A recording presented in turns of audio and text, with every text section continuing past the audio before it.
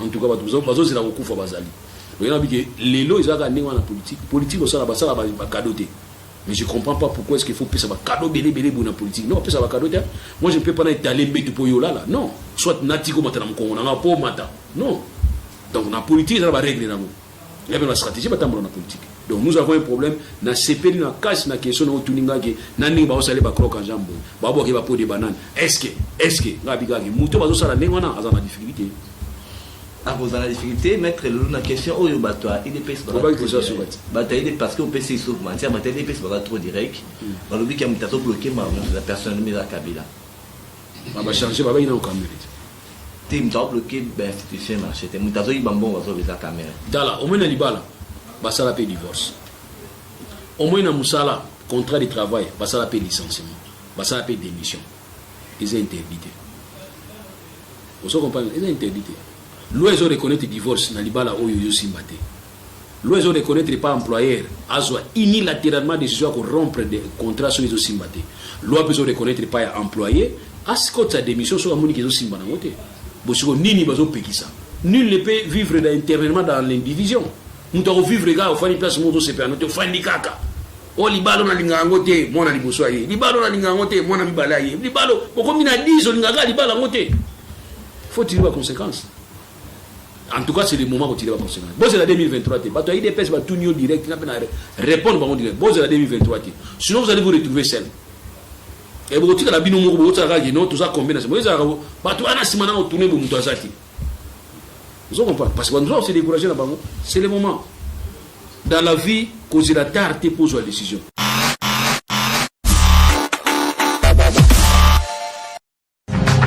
Radio Bissonyonso Congo, RDC, une chaîne au cœur du monde. Merci à tous les abonnés de VNC Live, mais pourquoi pas de votre radio, la radio Bissonyonso Congo RDC, à suivre en ligne sur www.rconnews.com. Les grands rendez-vous de décryptage de l'actualité de la semaine, c'est dans votre émission que vous aimez beaucoup. Les grands rendez-vous de décryptage de l'actualité de la semaine. Aujourd'hui, comme invité phare de votre émission, Maître Loulou, votre invité de tous les jours pour éclairer les différentes questions d'actualité de la semaine. Maître Loulou, tu as sur le dos de la table de l'actualité. bonjour Maître Loulou, bon début à la semaine. Bonjour et puis bon début à la semaine aussi dans l'internet. Oui, à Maître Loulou, pour attaquer droit à l'actualité, le commissaire provincial de la police, Silvano Kassongo, a fixé opinion que le 16 mars, il va lancer opération état physique, il y a véhicule, contrôle, il y a état physique, il y a véhicule. Déjà, les requis nouvelles, on a impressionné dans les bandits contrôle, on est concernés. Autant l'aspect physique, il y a mis tout cas esthétique, il y a mis tout cas pas abandonné dans Nzela et qu'on a pu concerner. Bon, tu as bandana la police. Tu as un jeep, on soit payé parce que le jeep, la police va payer en karaté. Tu as bandana na état, il y a un jeep. Si on a un jeep, la police, na même qui kalungu wana. Si on a état na. Donc, on comprend que moko na mona na ville où qui kalungu wana portier zati. Mais ils ont kangami tout cas, où ils ont ça là délit, contravention plutôt. Donc pour nous tout simplement que la charité bien donnée fait bandana n'est pas dans le dit par la police, ils ont un état vraiment déplorable. Donc s'il faut vraiment que ça un vrai contrôle, dit pas négo tambourate. Les deux hommes on a dit par la police, et que tambourata mon qui était. On a premier élément. Deuxième élément dans la réponse c'est alini. Na lingité ba pesa biso makasi ya kotala ba futilité. Ya kotala ba accessoire. Ce qui est important dans le peuple congolais, le principal. C'est-à-dire principal, le peuple congolais, bien-être congolais, vie sociale congolais, et puis sécurité. Si on dit bien qu'en dehors de la sécurité, on a un niveau est à RDC, on a une sécurité, on a un niveau de terrorisme urbain. Donc, ce qui papa Kassongo, mon général, avec tout le respect, ce qui est terrible pour nous, ici. Alors, les gens qui non, il faut que vous ayez un tout cas. Et où tu as pris comme et où tu à partir il y a regret kubanga ya batu ya otobengaka nini répétition ya ba accident ozola nanga ba répétition ba accident maintenant réflexion za nini to réfléchir total nini to ça pour ba accident za la té d'ailleurs accident mo to ça na niveau ya nini ya rond point ou epumi batu belé alors tout le monde réfléchir pour ba accident ça la maka nini té za nini. Tout le monde a dit que non, mitukana minene tambula kabutute, ndenge ka nyamatika ki, faut mitukana ba contrôle technique. Donc na lo ya ba remède yangwana. Alors comme tu as autorité toujours dans l'eau, il y a dans l'eau, à combien de peinture, qu'est-ce que ça va voir? Ce qui est dans la peinture, il y a un accident.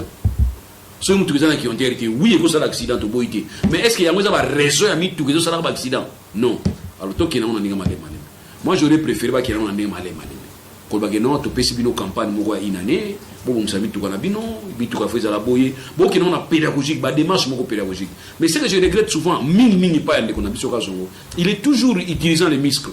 On y va muscler trop. Or période d'échange, période partenariat entre population et l'État pour na bien la population, pour na bien d'une manière générale. Alors il sort toujours de l'eau. Tant que ça il faut peinturer ça là. Donc copa ça va peindre mikolo yangwana. N'était ce va jouer conteneur avec la policier on a yasi, on a pas en passe à nord. Donc passe à nord wana au mona ba okanga ba avion. Pour moi ça na ba très ba okanga. Baza wana baza ndengona. Donc on peut ça moi go sala bouy au-delà ya oyotindi. Alors conséquence c'est quoi pas responsable à PC. Nous devons éviter des décisions impopulaires. Il faut des décisions concertées, réfléchies. Et quand vous allez faire des concertations avec ASECO, c'est un aspect. ASECO, il y a une association, il y a des chauffeurs, il y a des chauffeurs du Congo. Il y a pas chauffeur par exemple, mais moi je veux dire que la corporation, association, propriétaire, ou chauffeur, vous intéressez parce que chauffeur, c'est un chauffeur qui ont été là. Nous avons un chauffeur qui ont été là. Ça pas trop. Donc il faut plus pour l'association pour toucher, na place pour nous distraire ASECO. Et puis ASECO, un certain moment, comment on peut inféoder. ASECO défendre avec le chauffeur. ASECO, ça a mis ça l'affichage. Oui, net moi on quelque chose inscrit pas tata na bango. Après ASECO abimi. Non. Donc il faut que concertation ça la débat ça là, mais nous répéter pour un accident, et ça on va peinture té, nous ça là qui accident, et ça la makasi na Congo po, nous ça la peinture té ya ngote. Tant on matata pour nous ngai ko pesa beauté na Kinshasa côté de transport et là on y a ça là à interdire kami tout ka où ils sont allés vieilles des voitures vieilles de 10 ans on va le mettre en contrôle physique à interdire ngo tant on interdire ngo toujours passage à Dubaï mi tout ka toko période moi à Dubaï bon un taxi aux pour un taxi à propre quand les gens côté na taxi pour là-bas pembe au sambwe mais un certain moment comment ils sont côté na taxi à l'aise tranquille aux calme. Alors mi tout ka ngo ça qui propre quand là les gens commissalité lelo. Alors qu'est-ce qu'il faut faire? Il faut encourager bango. Il faut orienter bango dans la maintenance, dans le contrôle technique. Mais pour savoir la raison de l'accident, ils ont peinture. Ils ont peinture. Ils ont peinture. Mais maître, est-ce que après le départ, il y a quand même en tête, il y avait la Kinshasa, il y a un système Kuluna ici dans la ville de Kinshasa. Bon, moi je ne parle pas trop de personnes. Là, il y a des fois. Donc ici, je vois la police. Or, la police d'hier, c'est la police d'aujourd'hui. Et ce sera la même police de demain. Donc moi je vois des institutions où il y a Mbokananga. Je peux parler, mais je peux accent. Je ne peux pas commencer à vous dire que bilan bilan bilan Zingzong, bilan Zapalé. Non, moi je ne suis pas comme ça. Moi je vois l'institution police comme corps. Maintenant il faut pas s'organiser, il faut que le peuple s'attend. Police va faire des choses pour basepeli. Bon, police est à la casse, paquet minouki. Bon, quand on a tout, police est à la casse. Bon, quand on a mis tout, police est à la casse. Mais Bakoulou, on a tout ça dans chaque jour. Police, c'est ça. C'est ça le vrai problème.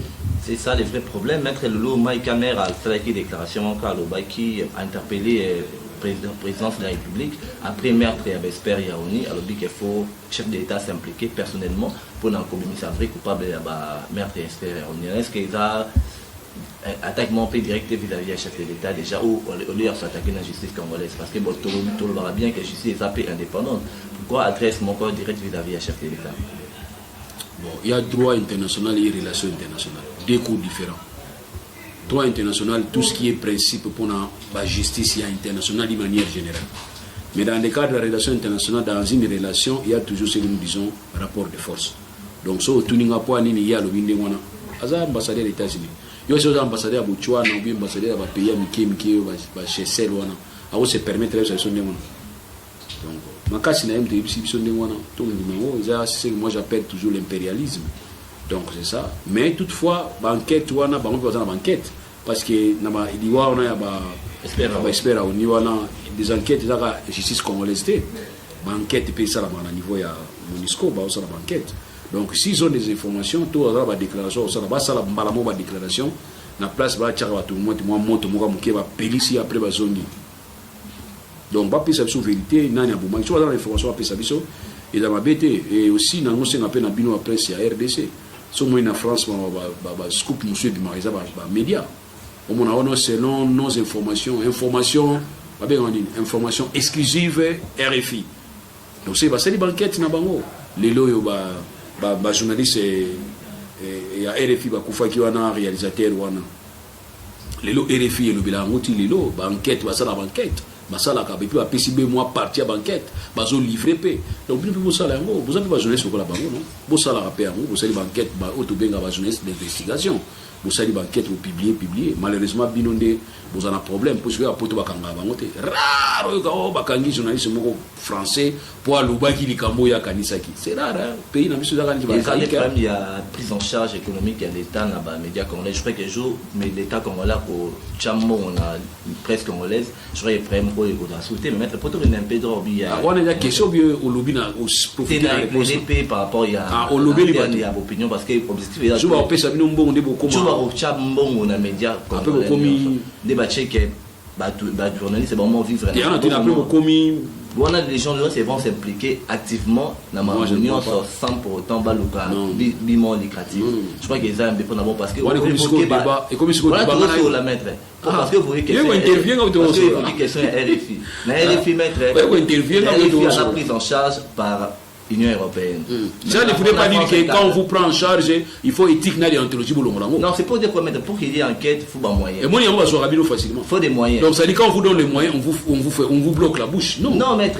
Donc, vraiment, on a déjà dangereux. Yoka, il ne faut pas mon ami déjà qui vous a pas dangereux à temps beaucoup pas. Mettre on a un système automatique et ça normalement bon pour dire automatique l'état pour à chambongo c'est ajoute ça il y a un assisté on a tous ajouté sur tout na biso mais je dis toujours je na côté la rayo on a le jour ça c'est penauté on a besoin de sérieux et donc c'est un moyen et c'est un moyo au monton ayo yeba loi na ngelo bibo et quand il faut dire la vérité tu n'as pas besoin de moyens puisque ici il y a pour la vérité moyen de réduire son moyen quand la chaîne est là chaîne YouTube est là pour nous passer message na yo en tant que journaliste faut les gars faut respecter ligne éditoriale neto zaki na OZRT kala soko koti na OZRT uza journaliste zwa mayele na yo cerveau tika ngo libanda tanga papi ba komela yo wana soko koti aujourd'hui les autres ont la chaîne na biso et tobima et puis to zo na ba pression ya ba kolo ba organe ba chef organe de presse kala la yike patron média c'est ça les lots avec chaîne na yo ça pe chaîne na yo ngapi na osala chaîne na YouTube ndena za na sali chaîne nga vous comprenez donc pour dire que moyen de yango wana mais bino moyen va pesa bino mbongo bozwa oyo pona musana bino boko zala do boko pesa les likolo maître les médias ont toujours été pris en charge par l'état dans les états normaux non point que dans l'état normal voilà vous comprenez ngai alors il faut vivre avec les moyens de bord so le gars on peut avoir que ça la musana nga faut l'état opianga mbongo l'état otiko ka la position assez pour nini so a pesa mbongo comme danger pour naie c'est ce qu'il faut comprendre. L'État paye sur combien? Il vous a rien donné. Non mais fort na bino personnel. L'État au comment banga bino pour n'ikambouana. Voilà donc ça dit pour nous bino nazo taquer bino tes mains RFI et ça la banquette na. A ta prise en charge par l'Union européenne. Ah, place on est tout c'est comprendre. Bon ça va comment vous sont là, tout ça prochainement tu au cas à ta confrère ce journaliste pour tout ça débat tout ça échange on a fait pour y enrichir on reçoit renfort na journalisme sous ça. T'es pas ya mabiso to éclairer un peu la dernière balanda biso mettre le coronavirus en RDC INRB à lobby à dose de l'échantillon pour na ko inspecter ba chinois au bazar na Kasai déjà réaction. Bon Tolani ministre de la santé a déclaré que ils étaient ceux qui parlent sur l'INRB ils ont un cadre pour vérifier kaka vérification à routine c'est normal pour maximiser peut-être la sécurité mais nous avons une confiance dans maintenant vieux Jacques Mouyembe on a confiance dans vieux na ozela rayo donc yo na ozela pour qui soit toujours na Congo ngamo na commercialiser to bloquer ngamo to déjà comme te ko OMS abia ka te boya ko pesa mbongo parce que biso yaki na ebola na biso amoni bango azali musika boto vous voyagez période te vous voyagez qui ne mboka muso bazo contrôler on to yaki na ebola Jacques on vraiment vu Jacques naza vraiment na confiance na on a dit que les simba o ba sengi ba ekende moyo za pe négatif et yo za pe raté nango pour ma grave yate mais ce qui est important dès lors que bato muso bazo bika déjà c'est que nous autres on a biso créer déjà immunité et c'est déjà important alors via yebi ndinga sala ipona mutebola bikaka via yebi waliza musala via yebi via Jacques yebi donc wana nazana na problème te mais to jira ngo ka bien côté parce que ce côté a son problème tu as problème bene déjà kuluna ebola to so kana te na politique trop sous coronavirus yesusu wana to sa moso makashi. Mais maître, est-ce que les lots par rapport à coronavirus, est-ce que tu peux affirmer les lots que les attaques américaines vis-à-vis la Chine pour déstabiliser un peu l'économie chinoise? Au bout de ce que sida pèse là qui maladie moko virus créé pour nous permettre à ce que l'Afrique est la dépeuplée, ils sont nés de Kansaki. Mais les lots américains peuvent pas faire sida. Vous comprenez? Donc même coronavirus, on va sentir que les Italiens vont kufa, les Français vont kufa qui. Les Américains vont être commis déjà donc pour dire que ceux qui ont mundu que vous savez pour ninga ils ont dit non presque pas ça sur vérité que biso ça là parce que nous avons ça la virus sûrement ça qui un antidote non donc sûrement vous avez solution on va solution rapidement vous comprenez donc voilà et comme on dit que il faut que ils ont biso nyon so ndengo na de manière à ce que ko banga wana ezala biso pour tous ala ba moyen moko to bunda donc c'est ça. Oui, justement, maître, pour tous un peu dans la fourchette, il y a réalité quinoise, Kinbopeto, Kinbosot après la pluie à Kinshasa. Donc, toutes les risques sont vraiment éclaboussées dans la photo. Déjà, réaction par rapport à l'évolution, il y a un travail à Kinbopeto. Et là, on a séparé les policiers congolais, ça va promettre sur la bourse. Oh, on a une spécialité pour les policiers congolais. Et puis, là, on a cassé pour nous. Après, si nos promesses, Yemoko, après, non seulement à réaliser un côté, mais à bourse. Et là, c'est un moment cassé en la politique, donc félicitations. Mais pour nous, on a tout ce qui nous soto. Déjà, c'est une farce, une vraie farce. Les gens Sabino, nous avons courage avec Sabino que la propriété c'est pour mental. Il y a pire mental. Biso sala ba salon wana tant to sala mo biso to za ba na classe. To za na samedi ba na tour à midi ba otangati. Ba na tour à tongo ba na première récréation. Ceux qui bana tour à tongo ba kinde ba na première récréation. Ba okuta biso ba na midi to tanga te samedi to sala salon. Tata tindi biso te, mama te, chef de quartier te, policier te. Tout ça sala mundi ngona ya mbia pour mental. Bo moto ya bonto. Mais les deux commissions pour moi shida. Tant que continue à chier, ça peut m'embêter. Oui, bah, cadrer bien. Mon frère, oui, que déchets, c'est ça matière première. Est-ce que vous voyez que déchets, on va déchets, on a mélangé les déchets, c'est ça matière première. Parce que tout ça dans le processus, on va bien un recyclage. Au salé liango, au bois qui recyclage c'est ça. Ma récupérer en haut, les tissus qu'on a dans stylo, il koufi. Et ça stylo, oh, je m'en envoie ça. Et ça stylo, oui, ça stylo. Dans stylo, aux alliés comme koufi, ceux qui n'ont bois qui en haut, oh, il va récupérer, parce que c'est là. C'est comme ça. On a des déchets dégradables déjà. Non, ils allaient copal. Ça plastique. Déchets dégradables. Donc, bah, c'est en matière de bah, ça, il y a un cadre de recyclage et bimi et le moussous. Alors, on sait qu'il pas bateau. Tant que que chasser, bah, importer, sous tes bâtiments, sous le chasser, c'est que vous empêcher usines où exister et ils ont matière première dans le cadre de recyclage. Bon, le but le chasser, tant que la soutien, dans l'andi, gouverneur dans l'andi. Alors, le but oh non, ils ont kanga. Oui, ça, c'est solo. Mais quand vous voyez seulement des chassés plastiques, bon, on va copal, on va bouteille en plastique, on met la maille. Bon, tiens, on a cadre. Parce qu'il y a un peu de plastique. Soit qui tient CP, place où on est téléméliouana et qui tient à ma belle, place où on a bilou au bout de soutien.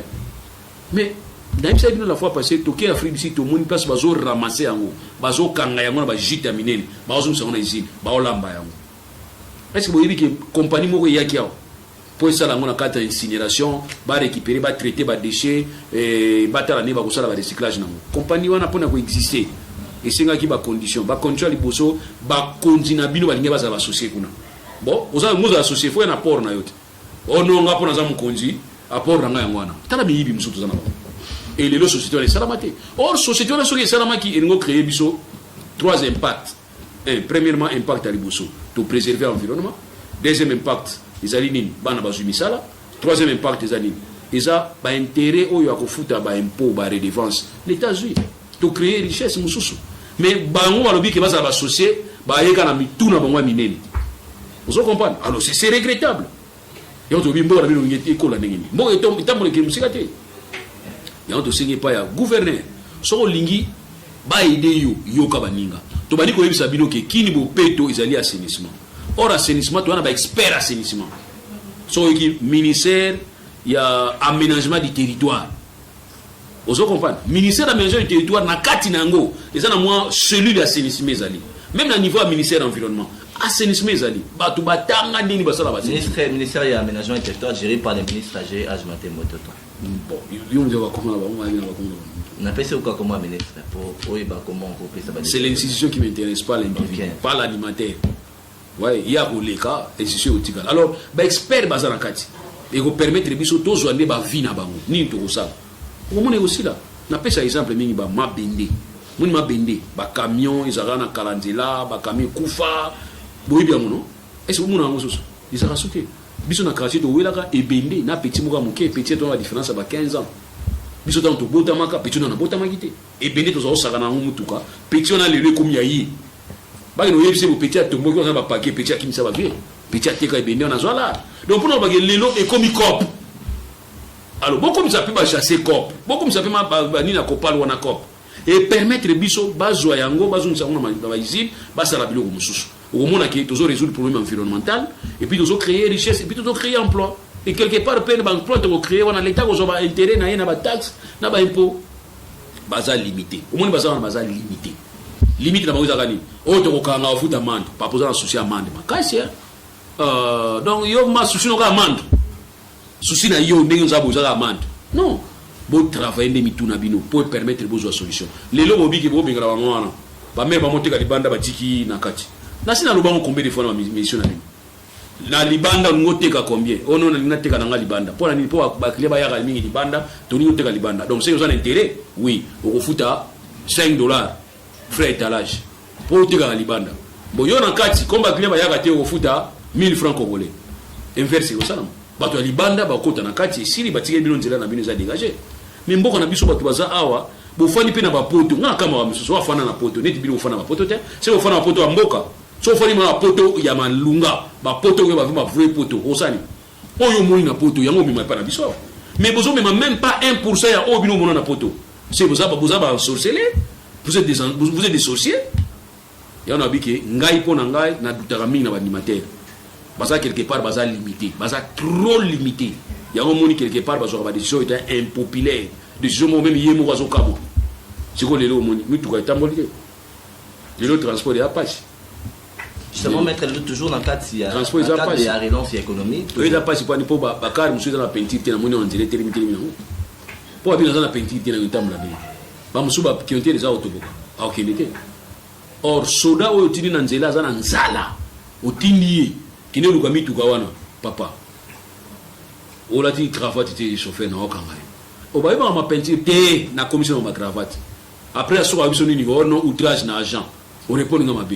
Tant qu'il n'est pas commandant na bango assez à préparer qui commandant na bango bien peut voir commandant benga madame nazi déjà mutu moko chama ya fufu alors mboka bolito kende ina mona bino bozana posa nde batu basilika mais na osenga population boza tranquille bo silika te hein ezo sila na ngokala te so ici depuis to ba ndeto kozwa kana bango moko na ndenga bien mais bolingi batu basilika batu ba silika te parce que vous prenez des décisions moko impopulaires pour pousser les gens à éviter ba ina osiko mutu hein zo mona ngo yepe fois fongola misu pe na moins pe chef d'état pas fongola misu côté on attend bazo sur la décision mo na kombo na yo impopulaire pour salir yo ta sur les moutons qui sortent les moutons qui sortent c'est à ce mouton les moutons qui sortent moni oh ça ba touche mbongo ebimi mona ma ebiki mbongo ebimi ba kanga ba torte ebiki ba sala na senzoka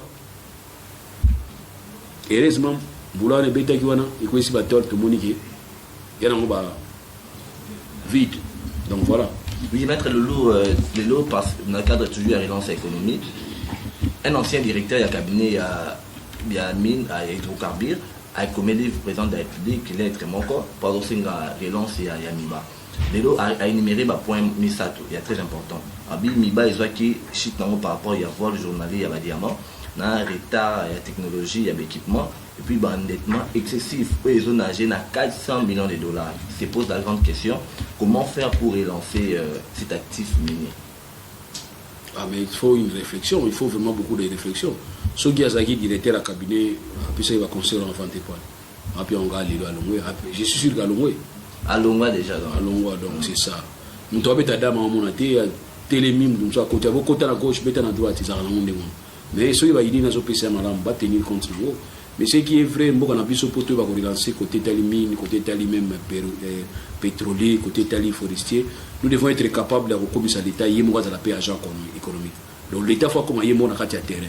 comme jouer un rôle comme régulateur, à réguler le marché, et puis à quelque part comme acteur politique, acteur économique. Il y a l'État continue à faire commerce et permettra à l'État vraiment de faire un monopole. Mais l'État est inexistant, l'État est un contrat privé-État, il y a déjà la position de faiblesse. Tout ça, ça peut pousser que l'État dans la difficulté. Mais imaginez les deux années dans Miba, dans Gécamine. On vous dit que Gécamine, ils ont payé 80% du budget national. Mon bout de pour ça, va impôt na binoté. Pour éviter rien que Gécamine, ils ont payé 80%. Ce qu'on va fort, wana. Qu'est-ce que nous avons fait hier? C'est ça les frères pour nous. Donc, il peut avoir raison, mais c'est le militaire. Il a raison, mais pour nous, Congo, on a travaillé toujours. L'intérêt du banda qui l'intérêt yakati pour n'importe quoi. Intérêt banda on place intérêt yakati. Les lots maintenant de la partage à l'entreprise publique. Déjà côté il y a FCC, PC bango aussi directeur général 5 PCA. D'un côté il y a cash, PC bango 4 DG il y a 5 PCA. Déjà réaction dans les années déjà. Bon, bonne chance na ba avec ta dans la partie. C'est quoi le bani de mettre dedans. Kasi bango ba la chance. Bonne chance. Heureux les pauvres quand ils hériteront de la monsieur. Heureux les batteurs de tam-tam. Il y a FCC na cash parce que comme va DG à Kalaté, comme va DG, comme va président, il y a un comité d'administration.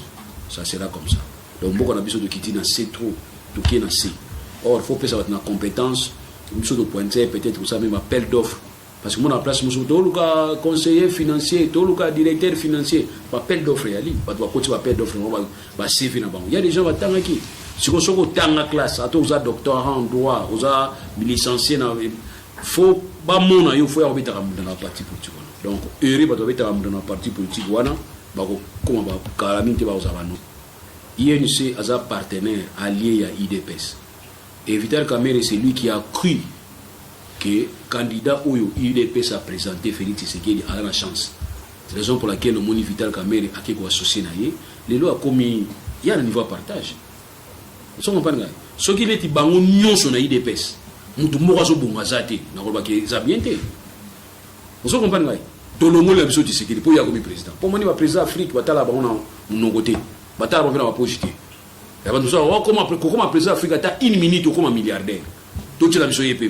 Ce qu'on va on nous batika liwan bon to autant momako ba futi la bandako ba binga na bandako oh pour nous c'est ça comme lui pour tout comprendre autant non que nous pas na bino non c'est ce qui est important autant là si on 3 places va passer nous sur 4 vocabulaire c'est ça le problème donc bo kende ko pesa mutu kisi ya mutu te so mutu na diarrhée ato pesa kisi ya mutu a makasi diarrhée ici là terre.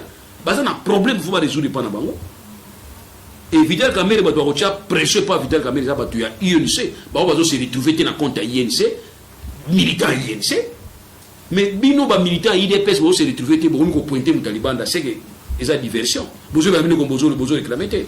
Nous avons dit qu'on soit pouvoir dans la carte Afrique, c'est-à-dire qu'on soit moyen, parce qu'il faut conserver le pouvoir, il faut avoir les moyens pour le faire. Il faut que vous créez des riches. Oui, vous créez des riches, vous créez des militants dans le que vous allez récompenser. De manière à ce que vous avez la force. Force, vous avez lobby. Vous avez un bon, vous avez des élections en Congo, ils ont une réalité socio-économique. Nous avons voté, nous avons fait famille, nous avons quartier, mais nous avons quartier, nous avons famille, nous avons voté, nous avons vie étroliate. Sur les militants IDPS, vous avez 38 ans, une année l'équipe, 5 ans l'équipe à mandat, au bimina 0. Si vous avez voté, vous avez voté, vous avez la confiance, l'élite n'a pas de alors il faut que vous ayez un avantage. Il y a un monde qui est chouaki. Na kopo Chibala salaki na Kabila. Chibala chouaki na niveau de IDPS. C'est parce que tant que pesi Chibala pouvoir, il y a un premier ministre. Pas pesa qui est pouvoir à nommer. Or soit pesa qui Chibala pouvoir à nommer na volonté na yemo en tant que premier ministre. Défection de Moussa Makashi. Et ça la Makashi. Parce qu'à ce moment-là, vous voyez que ce n'est pas Chibala va nommer. Tala, tout ça la politique pour qu'il est là, la zati. Chacun de ça a intérêt. Non, qu'on a provisé que apôtre. Oh non, on a ça qui bénévole. Non, qu'on a bénévolé zati. Moutou a cause à binoté. azalaki na sapatu ya demukalinga tanga komi bakuzi pouvoir au mona kolata ba chaussure izolela na se donc c'est que alinga ki alonga na place azalaki pas comme na place mususu intérêt les aki yango mutu tako sabino ki na sala politique pour na soucier bato azate mutu nous sala politique ni intérêt na alors intérêt na so se besoin se retrouver te bomitala bomituna qu'est-ce qui se passe Chibala nazo répéter ce qui bato FCC botika Chibala pouvoir ya ko nomaka bato lelo Chibala mbele likamuzi salama na mboka na biso mais bokangie maboko bokangie makolo boyebisi ezwa 500 conseillers opesa embonga futa ba conseiller wana te or ngala ko sepela mingi ndeko na ngani kia osala na Chibala to azosala na présidence lelo na yena ndako na yo to ana problème na ndako botika ngam na kofuta cercueil ngam na kofuta omundi na legi na ngama osala politique manzamba pambola yo mais ozaka ndengo zalaki kala so yo tunanda ngane fona peso sumbonga transport na tuno siko liti bozala ki bozui pouvoir ngo pouvoir bozui ya kokengela ou essayer ou bien pouvoir bozui ya kokombaka c'est ça le problème siko bino li doit bango biso to bango clairement pour permettre bino pia bino kanda bo comprendre que bozo se distraire 50 ans que na ngo 50 c'est là donc yana bina pesi bino conseil parce que tant bozo s'attaquer na moto yo o azape na par na ye ya responsabilité vis-à-vis ba militaire ba kundi na ye azosi ça on a noté bino lingo la xaye musapikeza yi pourquoi que soit ya longwe ki ozala président ya cabinet wana bino to bozala président ya bino bozala ba directeur ya cabinet ba pona ka mokote donc lit na bino se zayi ke boya ko na pouvoir po bo banda ko sala mbala moko eza mabeti mais boye banani boko pointer na za problème ezali FCC problème ezali accord bosinyaki accord wana bango ba ko so belé bino bozwa muke na muke boko so fo kabula pena allié na bino. Il faut pas qu'à mais mettre le loup pour aussi ça n'a eu nomination et animateur compétent il y a Edine dans niveau il y a CENI quelles sont les suggestions par rapport il y a au pesa structure on a vraiment au colonel Makassimiki biso to baki depuis kala en tout cas tout ça ba to baki en temps mulunda ngoy mulunda zalaki et puis dans ce c'est la plein temps où vient maluma la zalaki tout ça lo bango déjà bandaka ko baki CENI na biso fezala réformer to copier baninga so moni ya baninga simba to copier baninga na pesa toujours centrale française ya ba élection ba français baza musikate botala organisation ni zakum composition na bangweza nini to loba ki yango composition ya CENI ko za la tena ba délégué ba parti politique mais or biso to za 9 délégués ya majorité 9 délégués ya majorité oyaka 6 délégués à opposition et puis opposition to yebi que za na multiforme 6 délégués 3 délégués à la société civile, qui fait 18. Voilà la composition de CENI. Si 9 délégués à parti politique majoritaire, oh non, ce qui est awa, tout le monde est la parti politique. C'est une farce. On appelle ça exemple. Viens dans le constat au Mali. Un président de la fédération de Bissono. Fekofa. À l'équipe, comme ça. À l'équipe, il y a comme ça. Si vous avez comme président Fekofa, il y a une équipe noire. Vous avez toujours monté une équipe. Il y a un niveau CENI, des organisations à niveau CENI. Donc, quand vous envoyez les politiciens qui diriger une institution où il y a des citoyennes, où il y a un cadre de la société civile, mais vous avez des policiers qui sont dans le et on te propose que vous façade plutôt dans le niveau de France, où nous avons une corporation, nous avons des journalistes, dans le cadre de la média, corporation de journalistes, non? Bopesi bango INPC bopesi bango poste moko bopesi pe corporation ya ba neti kuna na France ndenge na France ba ancien magistrat ba haut magistrat oya bimav maskala ado wa benga on va que au mérite salina amimana ba mérite type wana ba ko récupérer yé pas sa membre na bien haut magistrat oya bimana mérite abimina fierté botali dossier na ye ayibate asala ba concussion te ba funda été yé beaucoup pesa et puis boké ko pesa pe ça dit ba organisation o ya ba droit de l'homme ba continue kati bango webisi bango boy bino bozali a politique boko pesa ba candidature te mais bozali ko zwa ma partir de la corporation ça dit il y a que des corporations ne bo continue kati wana boko kende moi bien ozona nanga bi ba corporation d'église nous avons des églises corporations d'église bo tiepe amuna kati et qu'on permettre bango bazala na CENI comme ba délégué à la corporation qui bazala ba délégué à la parti politique ça va toujours poser des problèmes on appelle ça grave on dit que ça malam surtout ça yango et ko permettre biso que ba résister ko mais pas ya bateau bazali na intérêt té zomona mais o ebozui seni ba délégué ba parti politique vient biso ba sengé jour sur na monena ngakati bazo bibi na yepa zo bina ngabi oh mais vieux il était vice-président seni babiye mais ça quand même militant peut perdre ceux qui peut perdre bazo bina il peut faire bina bon mutane on a ce qu'on peut perdre place à moni qui peut perdre que il y a comme ta gauche peut perdre à gagner moi t'as comme ta gauche peut perdre pas gagner donc à comme la passe à comme la moins sentiment et on te dit que bocha batou et ko permettre que base na intérêt ou azali membre seni ya ko lakisa biso que so za membre seni ou tira la membre seni 50 ou 10 ans ou 20 ans ou puis à candidature donc ba hôtel la moto après sa candidature 5 ans 10 ans après avant et puis moto après sa candidature 5 ans 10 ans après au moins on a besoin un jour candidat non ça na seni na kimi na seni mais si on a besoin de poste ça jamais mais qu'on bénéficie poste moko politique na on a facile ouais non na s'engager dans le cadre de la neutralité pour ça pour ne pas bénéficier na faire que bénéficier mboka na expertise na zanango voilà ce que nous devons retenir par rapport à réforme à seni ou tout pesa qui banda tango malumalo. Justement, Maître Lopoto aussi, ça n'a eu une toute dernière question. Est-ce que Maître Lou, aux Obanza réellement, que Félix Tshisekedi pendant son mandat au 2023 en permettre le Congo et comme un développement, n'a pas encore qu'à jambe dans notre partenaire de la FCC? Question de côté, non? Question où tu n'es côté. N'a pas le macassi parce que l'on dit croque à jambe. Comment on a évolué bien sur le croque à jambe? Donc, il n'y a pas comprendre qu'il est simbaté. Et ça, c'est la solution. Ou bien, ou bien, il y a Bango. Ici, qu'est-ce que vous comprenez? Bonito Zara clair. Moussa Baye, qu'est-ce que vous ne comprenez pas? Que je vous lis, n'a pas la déclaration en langue. Et ça, Moutoga Lia Mouninga. Donc, Lianga Penalia, Yoto Liana. So yo Lianga, Nabungi. Bamikolo, Bagarson, Bato, mais la Massanga Makasi, Bagasanga, il peut savoir quoi facilement. Abio Koufi, so Koufi au Longwe.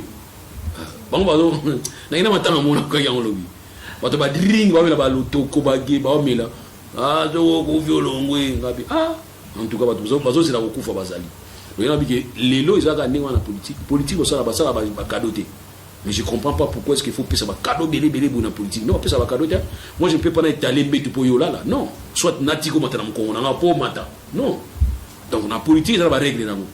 Il y a bien la stratégie, dans la politique. Donc, nous avons un problème. Dans ces pays, dans la casse, dans la question de l'autuninga, nani va saler ba croque en jambe, ba boire ba pot de banane. Est-ce que, Gabiga, mouto va ça la néwana, à la difficulté. À vous dans la difficulté, mettre la question au Yobatoi, il est parce que au PC sur matière, il est trop direct. Dans le but qu'il y a un bloqué, la personne mise à Kabila. On va changer, on va y aller au caméra. Tu m'as bloqué l'institution marché. Tu m'as dit bambon va sauver la caméra. Dala, au moins Libala, ça la paie divorce. Au moins na Moussala, contrat de travail, ça la paie licenciement, ça la paie démission. Ils sont interdités. Vous comprenez? Ils sont interdités. Loi ils ont reconnaître divorce na libala oyo yo simbate. Loi ils ont reconnaître pas employeur azwa unilatéralement décision pour rompre des contrats sur les simbate. Loi ils ont reconnaître pas employé asko sa démission sur amoni ki zo simbana ngote. Bosiko nini bazo pekisa. Nul ne peut vivre intérieurement dans l'indivision. Muto vivre ga ofani place moto se pano to fani kaka. O libalo na linga ngote mona liboso aye. Libalo na linga ngote mona mibala aye. Libalo poko mina 10 linga ga libala ngote. Faut tirer les conséquences. En tout cas, c'est le moment où tirer les conséquences. Bon, c'est la 2023. Bah, tu as des personnes qui vont tout direct, répondre au direct. Bon, c'est la 2023. Sinon, vous allez vous retrouver seul. Et vous dites que la binomo, vous avez tout ça combien de temps. Bah, tu as un simana au tourner, vous avez vous comprenez? Parce que quand nous avons découragé là-bas, c'est le moment. Dans la vie, quand il a tardé pour la décision. Les décisions sont très tôt, sont très tardées. Donc, il faut jouer pendant, il faut jouer c'est le moment. Tous les amis. Merci beaucoup, Maître Luna Banzik. C'est par là que tu peux mettre un terme à l'émission. On a été sous ça dans le bar, sous la diaspora pour le chiter. Il y a sous vraiment comme tel les athées. Dans le commentaire, tant que vous postez dans le commentaire, n'attends pas commentaire trop, mais on réagit ça raté. Mais on réagit parce que les commentaires sont qui dans le sens où il fallait pas y avoir des règles. Et à un certain moment, il faut que ça va parents soniter. Quand on a raté une éducation, les parents ne vont pas finir. Alors ils ont bien été finga batu parce que muta pesi dena. Donc ceux qui yo fingi parce que ngana lobima kamunanga ya ngo fingi yo na kabila buzande mu. D'ailleurs yé moi tolérant parce que yé bazo tonga yé azo lobakati. Mais yo to leki. parce que yo zo lobela ye mabe n'habite so bosoka kabila ça répondre mutu moko boye na yoka na mute bazo lobele ke ye mta bomi Congo bazo lobele makambo ke yende afanda sui mayoka ka bon n'habite so ba every ça na mandeni mais ayoka mais yo mutu alobili kambo po ya mboka nanga na lobi po na oyo nga na kanisi malamu po na mboka nanga yo poza na vie na yo eza yo na ko respecter ngo mais tu vas passer le temps ko infinga ko injurier dans la mute moko na senga numéro na pesa numéro nzoka numéro po na ko finga mais toi tu as des injures faciles vous avez des injures faciles et ko finga pe neti moko na landaka na boye ko tanga kombo o lo finga ta mutu moko fingi batu nyonso bon siko soki groupe o elongwe pouvoir ba mso ko ba posa o fingi na ba posa na ba to pouvoir kasi do ba posa ba comme na pouvoir o ya souté donc c'est que yo ba kundo kuna yana biki ko fingi za na tinate bo pesa ba vie numéro za kawana na se bo bengi que non alobaki boye ngana zo partager te to alobaki boye na comprendre te to alobaki boye na soutenir to alobaki boye na sécurité c'est bien mais au continue na kati au bebsi pour so pe meka boni ko finga bato et puis bana na yo pe c'est normal hein? Bana na yo pe ba zo tanga tata na biso afinga tata mututu tata ngani éviter hein bon voilà comme la dans Ghana mais tout ça na combat mo tout surtout la diaspora bona vision au biso tout ça là qui na monter vous avez une vision. Et vision na bino ezaki toujours vision ya libanda. Et puis vision moko ya likolo. Parce que vous partagiez presque ba sani moko ba lutu moko ba couloir moko na ba décider à monde. Vous avez facilité ko filtrer bango. Boye ba nini bazana ngona kati makanisi na bango. Oh biso na facilité wana te. Donc bino ne faut pas accompagner, bino ne faut pas pesa biso ba élément na place à vous finga biso. Donc à moins que vous allez vraiment mal éduqué papa na maman ba kolaka na ba wenze peut-être yango mais chose vraiment mutu moko zana ba tol ba lukaka ona sia ba tol na moni peut-être vous en facilité ko ka soni ko finga ba na tina te bo éviter yango bo pesa makanisi na bino yango moni Congo to tambola te parce que ata mutu alobi 1 + 2 yo tomboki yo simbi bible bi ki zala 1 non contexte ya lobele égale à 2 za mathématique yo contexte zo pour yeza côté bible alors vous avez place mon côté moi na mo ba checker 0 na classe point ba tunier pesa origine l'homme abio Adam na Eve pour ça ngana sana histoire na miso ke homme auta na primate ba nini ya bio Adam na Eve pour ça checker 0 tawa checker 0 abio non pour ça abino mabe za ba démon et ça contexte ni bozaki na voilà. Merci beaucoup Maître Lolo, merci beaucoup Balandinion sur la 27 mais pourquoi pas la radio Bisson ça qu'on regarder ça sur en ligne sur www.radionios.com. Restez nous toujours fidèles pour être suffisamment informés sur toute l'actualité politique et économique du Congo. Merci, bye.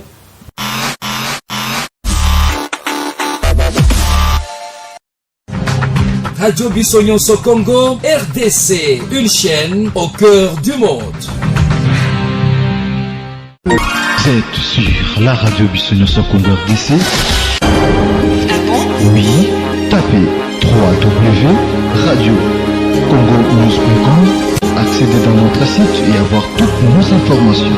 Soyez le mieux informés dans le monde.